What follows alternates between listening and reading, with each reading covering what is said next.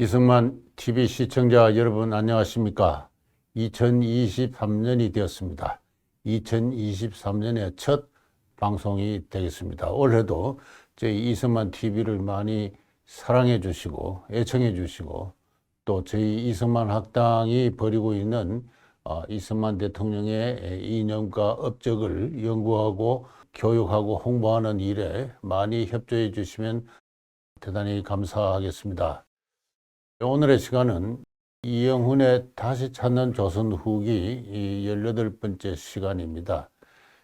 오늘의 제목은 뒤집히는 충과 역. 충력이 뒤집힌다. 상황에 따라서 너무나 쉽게. 그러한 사회가 국가가 조선 후기였다. 그런 이야기가 되었습니다. 요 전에 제가 정치로서 재판이라는 제목으로 역사 비평의 그 한 시간을 가졌는데요. 거기서 우리 대한민국의 현대 한국의 재판은 정치적 성향이 강하다. 정치적 상황에 따라서 판결의 내용이 뒤바뀐다 하는 이런 이야기를 했습니다. 예컨대 조봉암이라는 사람이 1959년에 북한의 간첩죄로 사형 선고를 받고 처형이 됐습니다. 이 사실이 한국 현대사에서 갖는 의미는 대단히 중요합니다. 그런데 그 당시에 대법원이 내린 판결을 2011년에 그러니까 무려 50년이 지난 시점에 후배 대법관들이 그걸 뒤집습니다. 뒤집는데 뭐 새로운 자료라든가 증거가 나온 것은 아니고 이미 1959년 그 당시에 충분히 논의가 되고 검토된 법 논리를 뒤집는 형태로 조봉암의 사형 판결은 잘못된 것이고 그는 무죄다. 그렇게 해서 그의 유족들에게는 또 국가가 보상을 하는 일까지 했죠. 이렇게 후배 법관이 정치적 상황에 따라서, 정치적 상황이라는 것은 당시 정부가 추진하고 있는 과거사 정리 사업의 일환으로 과거사 정리위원회가 조봉암 사건을 재심하라는 그런 정치적 근거가 있었습니다. 그 근거가 중요한 배경이 되어서 후배 법관들이 선배 법관이 충분히 검토했던 문제를 단순히 논리를 뒤집는 형태로 판결을 뒤집는 것이죠. 충과 역이 뒤바뀌었다고 볼 수가 있습니다. 조봉암은 역사의 희생자로서 충이 되고 조봉암을 사형시킨 이승만 정부는 이승만 대통령은 역이 되는 이런 관계가 이제 형성이 되었는데요. 저는 그 점을 지적하면서 이러한 현상은 대단히 한국적인 현상으로서 대단히 역사적이다. 조선시대 이래 이와 같은 재판 문화가 있어 왔다. 조봉암 사건의 번복은 뭐 새로운 법문화의 발전이기 이전에 우리의 그 법문화, 전통적인 조선 이래의 법문화에 충실한 개성 형태다. 이런 이야기를 했는데요. 제가 그 이야기를 했기 때문에 오늘 이 강의 내용과 제목을 그렇게 잡아봤습니다. 뒤집히는 충과 역입니다. 관련해서 이 19세기에 편찬되었을 것으로 추정되는 유서필지라는 책을 먼저 소개하겠습니다.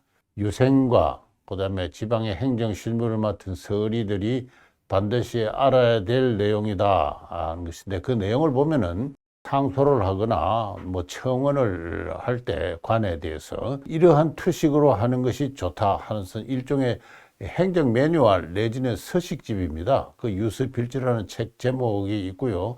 오른쪽 화면은 상언해서 이 임금에게 올리는 이제 상소인데 효자 정려, 이 효자로 정려해 주십시오 하면서 어떤 사람이 우리 마을에 누구누구가 효자입니다 하고 이제 이렇게 글을 올리는 또 우리 집안에 누구가 뭐 이런 식으로 글을 올릴 때 이렇게 올려라라고 해서 일종의 그 모범 답안을 모범 서식을 제시한 이런 책인데요.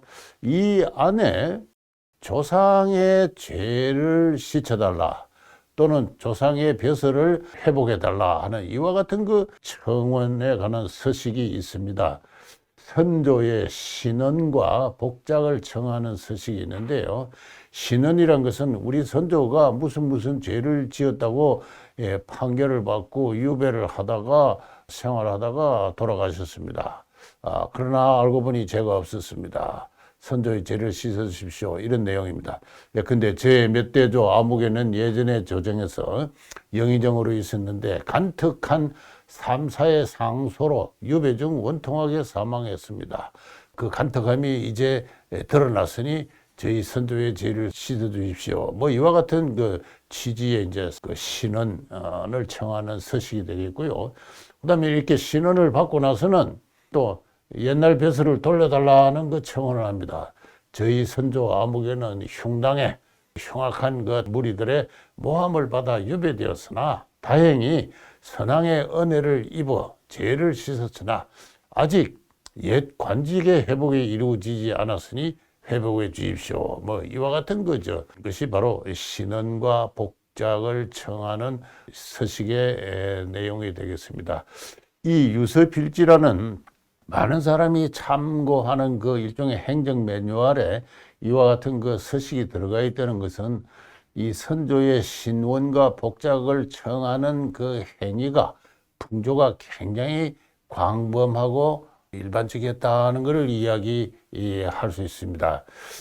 관련해서는 이 18세기 후반에 한 1770년대 후반과 1800년까지 정조연간에 이 격쟁풍조라고 있습니다. 정조라는 사람이 자기 아버지 억울하게 당정에 휘말려 돌아간 그 사도세자의 그 넋을 기리기 위해서 자주 수원에 그 장릉에 행차를 했습니다. 이 오고 가는 길에서 괭과리를 울립니다. 임금의 행렬에 괭과를 울리는 것은 상당히 그저 불경한 일인데 뭐 큰 일이죠. 그런데 어가가 멈추고 무슨 일이냐, 이렇게 임금이 화문을 하면은 이 괭과를 울린 사람이 이제 임금 앞에 이제 나와가지고 뭐 끌려오든지 해서 실은 이러이러한 억울함이 있습니다. 또는 이러이러한 불쌍한 일이 있습니다. 또는 이러이러한 폐단이 있습니다. 그러니까 왕에게 직소를 하는 일을 가지고 격쟁이라 그럽니다. 근데 정조연간에 한 24년간에 무려 4,304건의 격쟁이 있었습니다. 이 정조가 백성의 어버이로서 직접 백성의 소원을 들어주는 행위인데 그 가운데 신원이 577건이다. 이런 것이 관련 연구자들에 의해서 밝혀져 있습니다. 우리 조상의 아무개가 죄가 없는데 억울하게 죽었습니다. 죄를 씻어주십시오. 또 우리 조상의 벼슬을 돌려주십시오 하는 이제 이와 같은 내용의 것이 그 577건.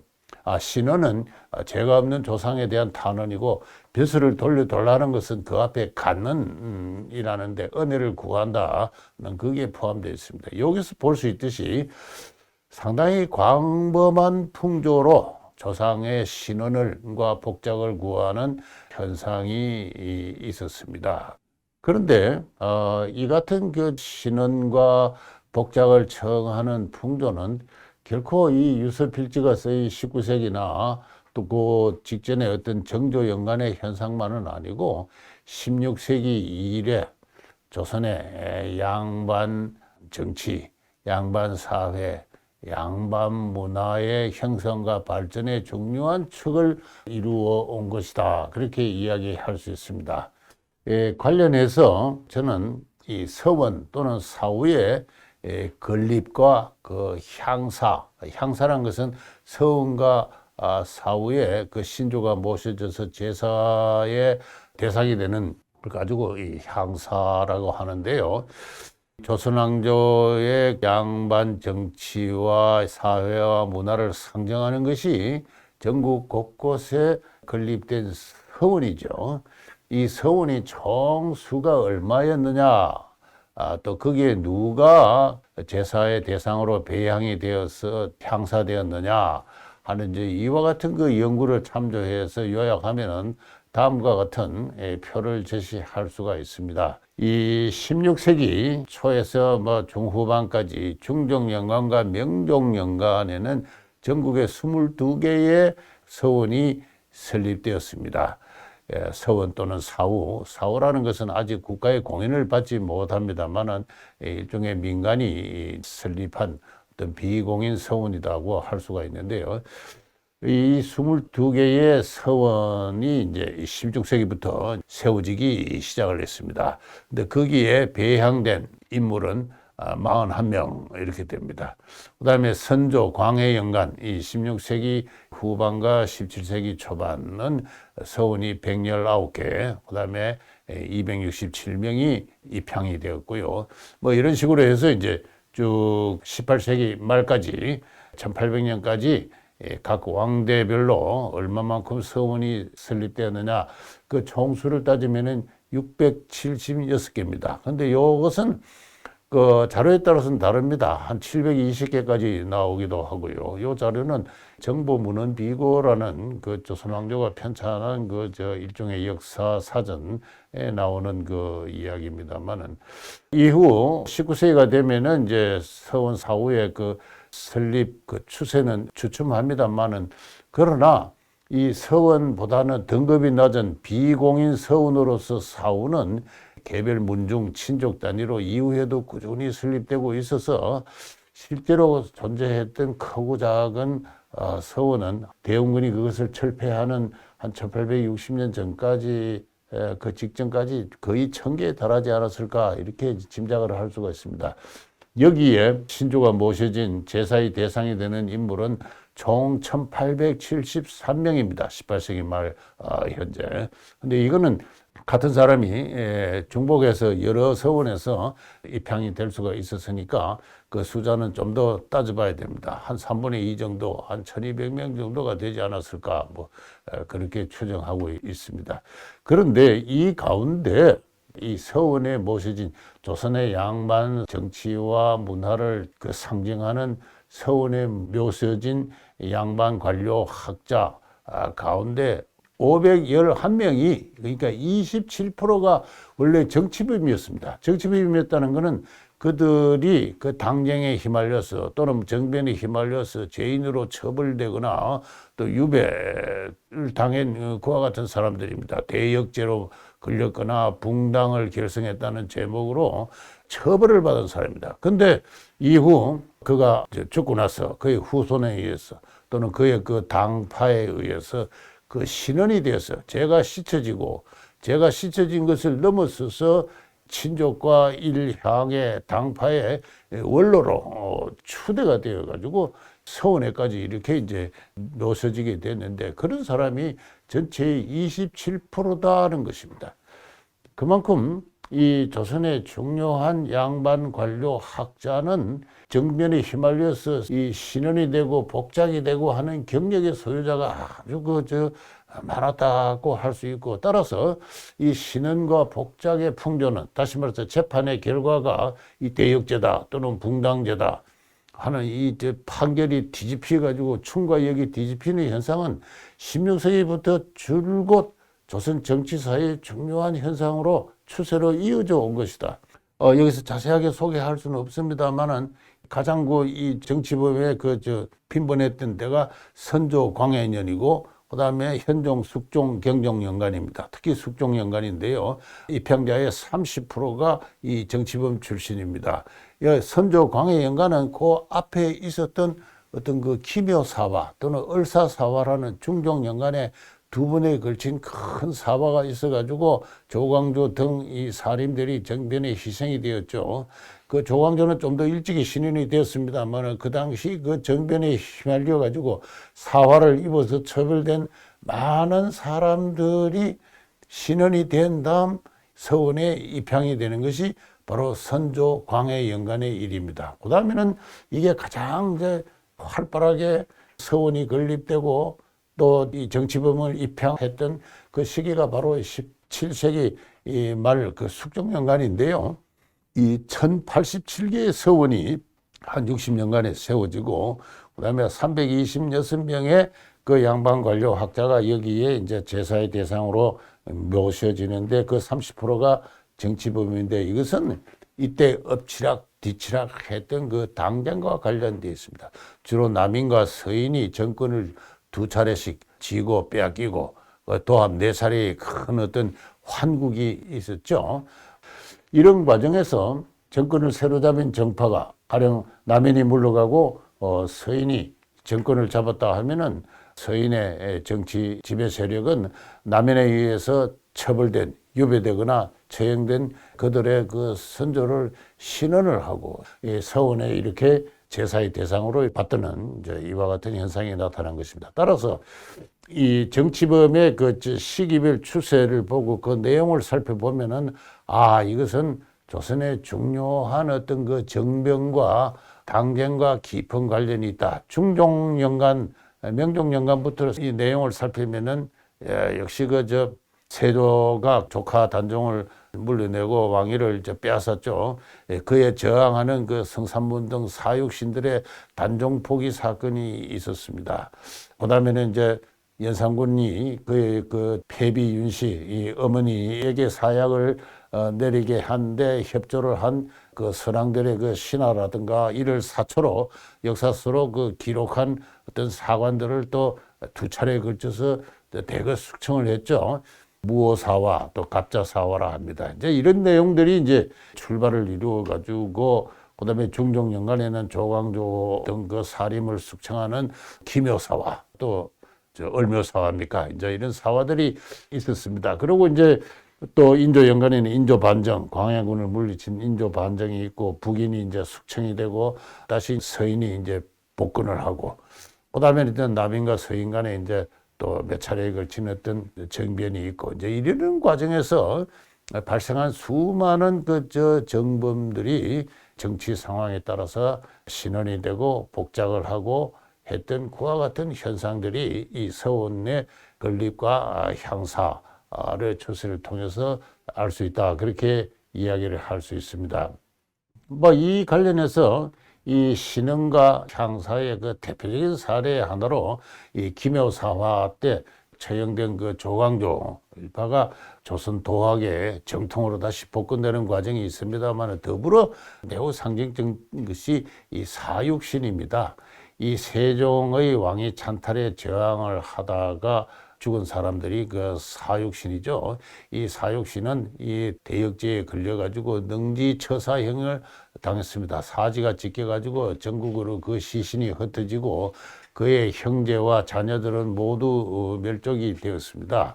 매우 참혹했던 그와 같은 하나의 정변 사건인데 이 사건 당시부터 그것이 부당한 일이다. 세조의 왕이 찬탈에서부터 비판의식을 갖고 특히 사육신의 그 죽음에 대해서 동정적으로 역사책을 기록을 남기는 그러한 사람들이 있었습니다. 소위 생육신이라 하고요. 그 가운데 남효원이라는 사람이 있었습니다. 이 남효원이라는 사람이 쓴 육신전이라는 그 성산문 이하 6명의 그 신하들의 그 충신들의 그 열전을 기록을 적은 이런 역사책이 편찬되기도 했지만은 그러나 어디까지나 왕조에 대한 반역죄죠. 세조의 후손들이 왕위를 계승해오는 그 왕조의 정통적인 역사에 반하는 무리였기 때문에 16세기까지 또는 17세기 전반까지 그들의 신언을 공공적으로 주장한다는 것은 대단히 위험한 일이었습니다. 선조 때의 일입니다만 어느 신하가 남효원의 그 육신전이라는 그 기록을 한번 읽어보십시오 하고 선조한테 권했습니다. 선조가 그걸 읽어보고는 대단히 화를 냅니다. 왜냐하면 선조는 선조에게 왕위를 물려준 그 계보에 세조가 있으니까요. 세조를 욕하고 세조의 사육신 처형을 비난하는 그런 책을 읽어보라고 했으니까 선조가 대노를 하면서 이 책을 전부 찾아서 불태워라 이렇게까지 이야기를 합니다. 그렇지만은 벌써 이 민간에서는 이 사육신의 한 사람인 그 하위지라든가 또는 유흥부 이런 사람들을 서원에다가 또는 사후에다가 향사하는 입향하는 이런 사례가 민간에서 형성되고 있었습니다. 이미 1576년부터 이와 같은 현상들이 쭉 나타나고 있었습니다. 그러다가 이게 17세기 후반 숙종연간에 이르러서 숙종 스스로가 사육신을 신언을 시켜줍니다. 그리고 그들의 벼슬을 복구해주고 그들의 후손을 찾아서 또 벼슬을 내려줍니다. 이 사육신의 그 신언이 숙종연간 1691년에 이루어지는데요. 이미 1630년대부터 이 사육신의 후손으로서 살아남은 사람이 있었습니다. 이 박팽년의 아들인데요. 박평년이 처형을 당할 때 박평년의 부인이 임신 중이었습니다. 그래서 이 임신 중인 그 부인은 처형할 수도 없고, 그렇게 해서 이제 출산 이후에 이제 처형을 하고 아이도 처형을 하는데 이 노비가 있어가지고 그 아이를 바꿔치기 해서 참 영화의 드라마 같이 살아남은 어떤 박평년의 후손이 있었습니다. 이 후손이 나중에 자기의 신분을 밝히고 왕이 그것을 이제 사면해주고 이렇게 해서 살아남은 후손 하나가 17세기에 들어와서 노량진에 지금 오늘날의 사육신의 역사공원이 있는 곳입니다만 여기에 사육신의 묘가 있다는 내려오는 그 이야기를 믿고 거기를 답사를 합니다. 답사를 했지만은 묘를 찾을 수는 없었어요. 그냥 전설일 뿐입니다. 그러나 이 박승보라는 그 박평년의 후손은 그 내려오는 이야기를 믿고 여러 사람에게 고정을 부탁했지만은 전국에 흩어진 시체를 모아서 여기에 6명의 그 당시 처형된 말하자면 역신들의 묘를 썼다는 것은 그저 믿기 곤란하다 이런 자문을 많이 받았습니다만은 그러나 몇 사람의 유력한 정치인의 도움을 받아가지고 여기가 사육신의 묘다는 어떤 그러한 그 믿음을 갖고 이 터를 구입하고 여기 정자를 구입하고 그 당대의 김상은이라든가 그다음에 당대의 정치가 송시열 이런 사람들이 지원하여서 이 사육신의 그 유후비를 세우고 했던 것입니다. 그런 것이 이제 오늘날 결국 이제 노량진에 있는 사육신의 역사공원이 되었고 또 오늘날 대한민국은 그 역사공원이 역사관까지 사육신 역사관까지 건립을 해서 이것을 이제 정식 역사로 이렇게 성격을 시키고 또 학생들에게 이제 역사 교과서로 이렇게 보급을 하고 합니다만은 이런 것은 하나의 역사의 기억이 정사로서 만들어지는 그 좋은 과정을 하나의 모범적인 사례로 대변하고 있는 것이다. 라고 생각을 합니다. 어쨌든 이미 1630년, 50년, 70년에 걸쳐서 이 박평년의 기적적으로 살아남은 후손들이 이러한 작업을 벌일 때 이 양반 사회는 그것을 지원을 합니다. 당대의 지배정파, 서인들이 협력을 하죠.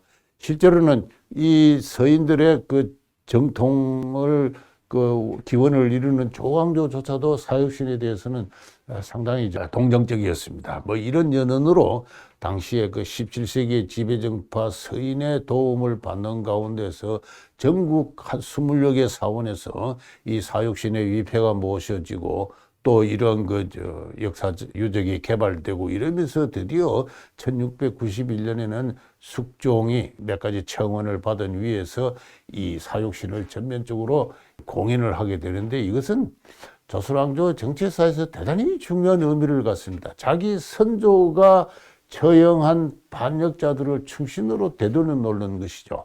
그렇기 때문에 자기 선조는 어떻게 됩니까? 그 왕조의 정통성에 심각한 어떤 그 위해가 가해지죠. 그럼에도 불구하고 숙종이라는 후대의 왕은 그렇게 하는 것이 자기 왕권의 강화에 도움이 된다고 판단을 했던 것이죠. 설령 왕조의 정통성에 일정한 상처가 나더라도 이 양반 관료 사회가 정립해오는 충렬의 전통, 그 도학의 정통을 인정해주고 또 거기에 그 상호 의존 협조 관계를 형성하는 것이 중요하다는 정치적 판단을 한 것이죠. 그렇게 해서 드디어 250년 만에 역적이 충신으로 변하고 그 충신이 오늘날까지 정통 역사학적인 어떤 그 기억을 형성해서 후세에게 전달되고 있는 이와 같은 상황입니다. 그 김여사화 때 죽은 그 조광조 또 마찬가지죠. 조광조를 어떻게 평가할 것인가 다양한 논란이 있습니다.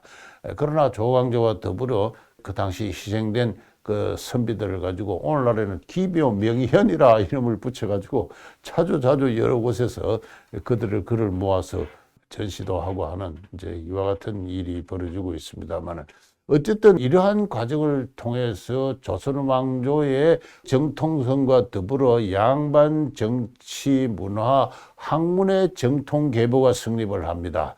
이게 바로 성균관과 전국의 향교에 배양된 동방 18현이죠. 신라시대의 설총과 최채원으로 시작해서 고려의 안유, 그 다음에 정몽주도 역시 조선 왕조에 대한 저항을 했던 사람입니다만은 김경필, 정여창, 조광조 다 이게 김효사화의 희생자들입니다.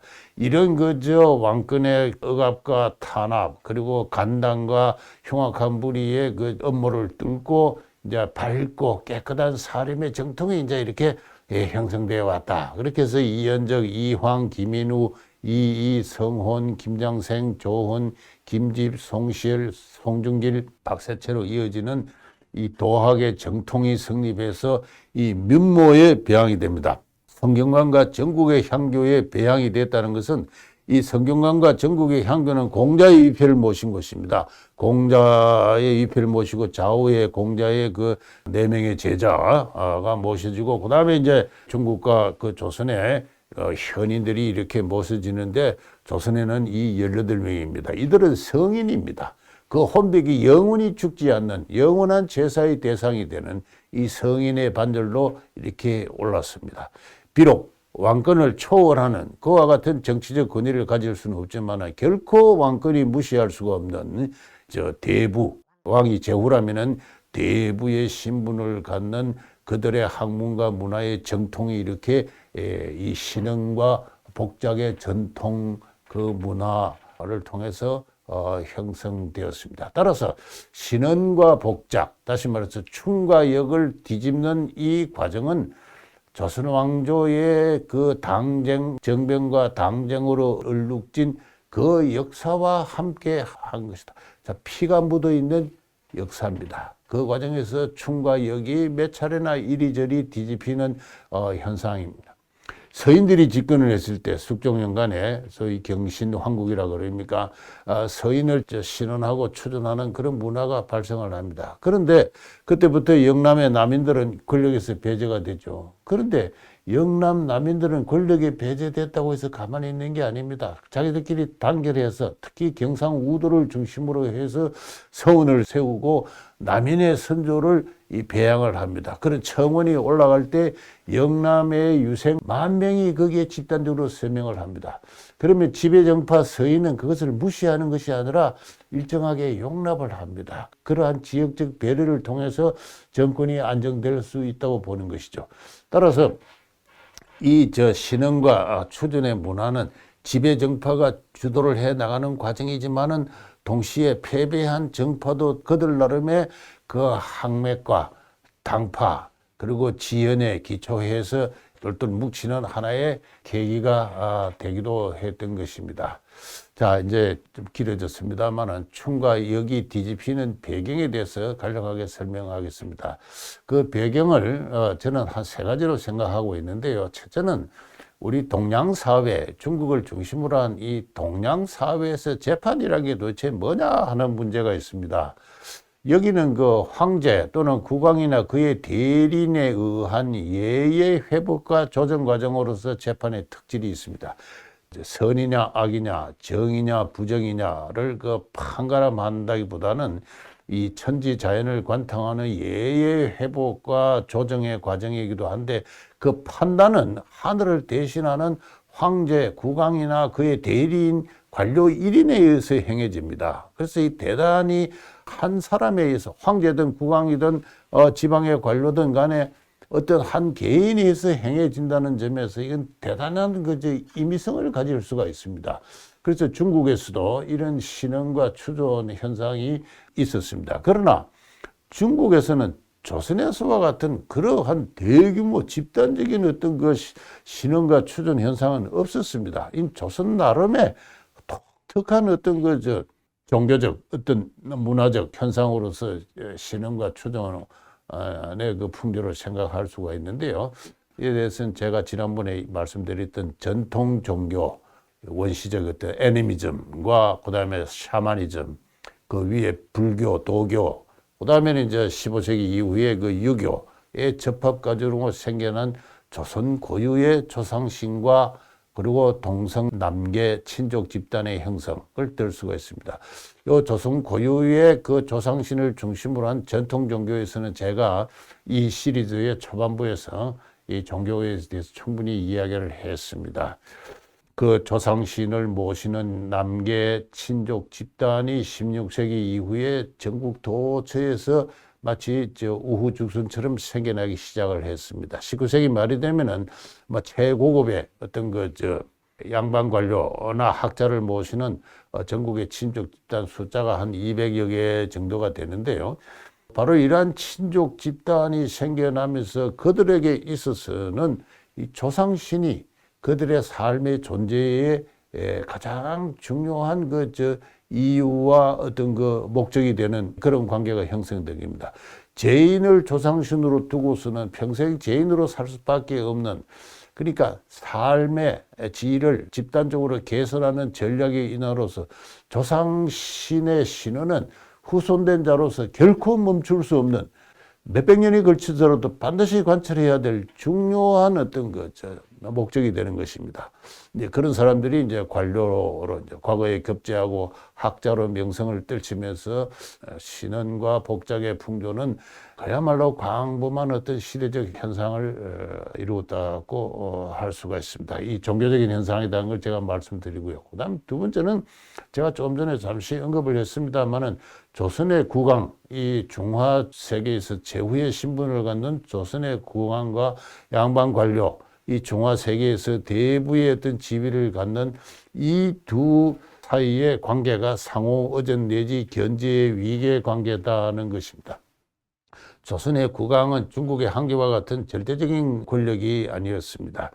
왕권을 제약하고 비판하는 대부들 독자의 문화적, 종교적, 정신사적 전통은 이미 조선 초기부터 존재했고 16세기 이래 점점 강화되어 오는 가운데는 조선의 국왕이 어쩔 수가 없는 도학의 도통을 성립시켰습니다. 이 공자의 계율을 잇는 성인의 반열에 들어가는 그러한 조선 사림의 도통 계보가 성립을 했는데, 이 독특한 국왕의 권리와 양반 관료의 권리가 이 상호 의존하고 견제하는 관계인데, 이게 바로 조선 왕조의 국가 체제의 특질입니다. 근데 이것은 조선 왕조의 일국사적 특질만으로는 해소될 수 없는 어떤 국제적인 어떤 중화 세계라는 보다 넓은 하나의 국제사회의 배경을 가져서야 설명될 수 있는 것입니다. 제가 언제나 강조했습니다만 조선 왕조는 중화 세계에 있어서 제후국가입니다. 제후국가이기 때문에 바로 이와 같은 현상이 생겨날 수가 있었습니다. 중국에서는 있을 수 없는, 찾아보기 힘든, 있긴 했습니다만 아주 드물게 보는 이 신원과 복작 현상이 16세기 이래 조선 정치사회의 굵은 주류를 형성하게 된 데는 이와 같은 조선왕조 국가 체제가 갖고 있는 국제적 특질이 중요한 요인으로 작용합니다. 이 점을 다음 시간에 좀 더 깊이 살펴보도록 하겠습니다. 다음 시간부터는 조선왕조의 정치사에 대해서 좀 더 자세한 내용을 말씀드려볼까 생각합니다. 많이 길어졌습니다만 경청해 주셔서 대단히 감사합니다.